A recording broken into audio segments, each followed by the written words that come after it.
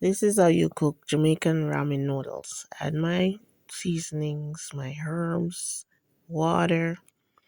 Yes, and you can't forget the famous cock soup mix. Also, your crackers and your coconut milk. Without coconut milk, this ain't soup. Then I add my fish and just let it simmer down. Then I just cover my pot, let it cook. Then I enjoy my meal. You can't say this don't taste good. Try it for yourself and see. Real Jamaican noodle. Jamaican style ramen noodle. Come eat with me, follow my channel, like my video and subscribe for more interesting videos like this.